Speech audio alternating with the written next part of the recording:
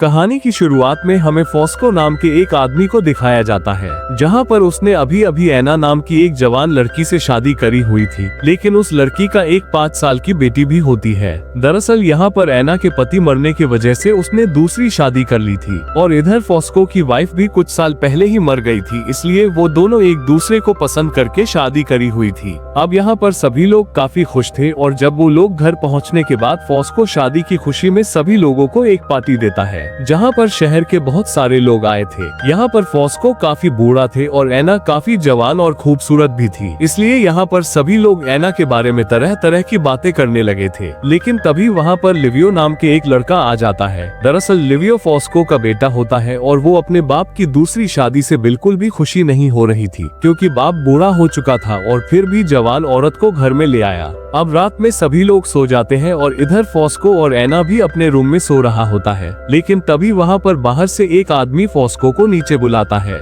जिसे सुनते ही फॉस्को भी चला जाता है। उसके बाद वो आदमी उसे लेकर यहाँ से चला जाता है। अब घर में लिवियो और एना दोनों थे, लेकिन यहाँ पर लिवियो एना से ठीक से बात नहीं करता, क्योंकि लिवियो को अपने बाप पर काफी गुस्सा आ रहे थे। और वहीं दूसरी तरफ फॉस्को और वो आदमी मिलकर एक कब्र खोद रहा होता है, जिसे देखकर हमें पता चलता है कि वो दोनों किसी का कब्र खोदकर वहाँ से कीमती चीजें निकाल कर बेचता था, इसलिए ये दोनों यहाँ पर भी कीमती चीजें खोज रहे थे। लेकिन तभी यहाँ पर पुलिस आ जाती है, जिसे देखते ही वो दोनों वहाँ से भाग जाते हैं। उसके बाद वो दोनों अपने अपने घर जाता है, जहाँ पर फॉस्को भी घर जाकर एना के साथ इंटीमेट हो जाता है। अब अगली सुबह लिवियो अपने दोस्तों के साथ नहाने के लिए जाता है, जहाँ पर ये सभी लोग काफी मस्ती करने लगता है। लेकिन तभी यहाँ पर मिया नाम की एक लड़की आ जाती है और वो लिवियो के लिए एक लेटर छोड़कर वहाँ से चली जाती है। दरअसल मिया लिवियो को बहुत पसंद करती थी, लेकिन मिया की दिमाग ठीक नहीं था, इसलिए लिवियो उसे ज्यादा ध्यान नहीं देते थे। उसके बाद वो अपने घर आ जाता है, लेकिन तभी वहाँ पर फॉस्को उससे बहुत सारा सामान अपनी गाड़ी में रखवाता है, क्योंकि फॉस्को सामान की डिलीवरी के लिए शहर से बाहर जाने वाला था, इसलिए वो सामान ठीक कर रहे थे। लेकिन तभी फॉस्को लिवियो से काफी गुस्सा हो जाता है, क्योंकि उसने सामान ठीक से नहीं रखा था और ये सभी एना ने भी देख रही थी। इसलिए रात में वो फॉस्को से बोलती है कि तुम्हें लिवियो से गुस्सा होने की जरूरत नहीं थी, क्योंकि वो अभी भी छोटा है, इसलिए तुम उसको प्यार से भी समझा सकते थे।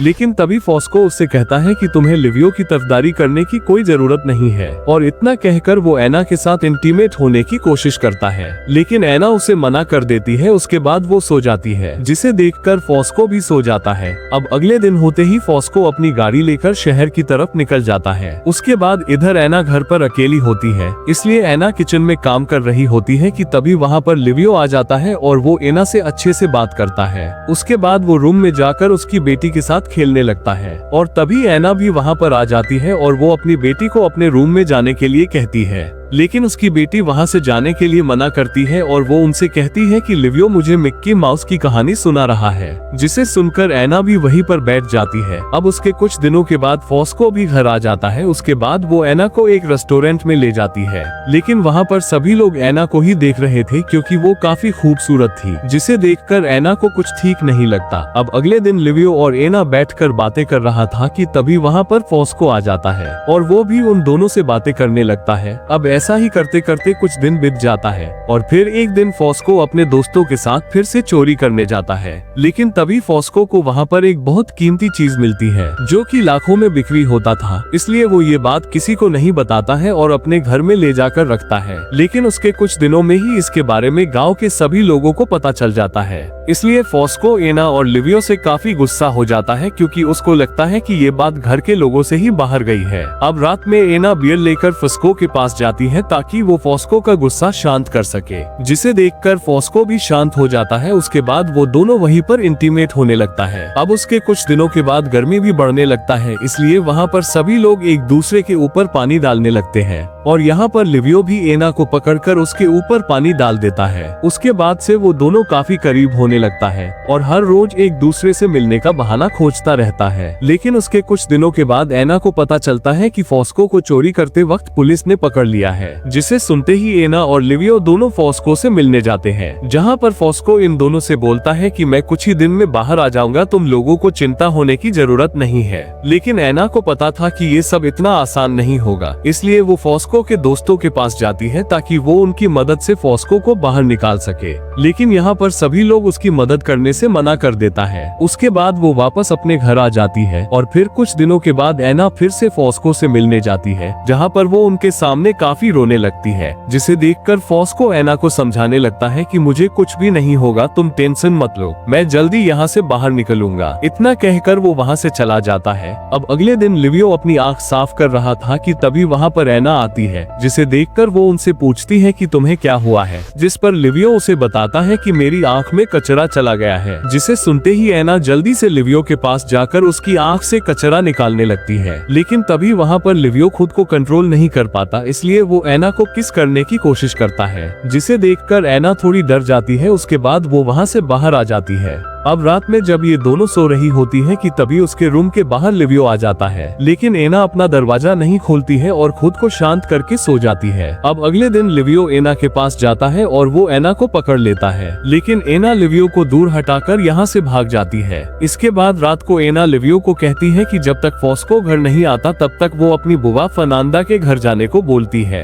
जिसे सुनकर लिवियो वहाँ से चला जाता है और अपने दोस्तों के पास जाकर काफी ड्रिंक करने लगता है। उसके बाद वो फिर से अपने घर आ जाता है, लेकिन दरवाजा अंदर से बंद होने की वजह से वो खिड़की के पास जाता है और अपने सर से कांच तोड़कर अंदर आ जाता है, जिसकी आवाज सुनकर एना भी जल्दी से लिवियो के पास आती है। उसके बाद वो उसे उठाकर उसके रूम में ले जाती है, लेकिन तभी वहाँ पर लिवियो फिर से एना को पकड़ लेता है, मगर इस बार एना भी लिवियो को कुछ नहीं बोलती, क्योंकि जब तक फॉस्को नहीं आ जाता तब तक एना भी खुद को शांत करना चाहती थी। अगले दिन जब एना किचन में काम कर रही होती है कि तभी लिवियो फिर से एना के पास आकर उसे पकड़ लेता है, लेकिन तभी उन दोनों को वहाँ पर किसी की आवाज सुनाई देता है, इसलिए वो दोनों स्टोर रूम में जाकर देखता है तो वहाँ पर मिया छुपी हुई थी और उसने उन दोनों की सभी हरकतें देख लिया था। इस बात को लेकर एना बहुत ज्यादा परेशान हो जाती है, लेकिन लिवियो एना से बोलता है कि उस पागल लड़की की बातों पर कोई भरोसा नहीं करेगा। अब उसके कुछ दिनों के बाद फॉस्को भी जेल से बाहर निकलता है, लेकिन इधर एना बहुत ज्यादा उदास होती है, इसलिए वो फर्नांडा के पास जाकर लिवियो और अपने बारे में सब कुछ बता देती है और वो ये सभी बातें फॉस्को को भी बताने की फैसला करती है,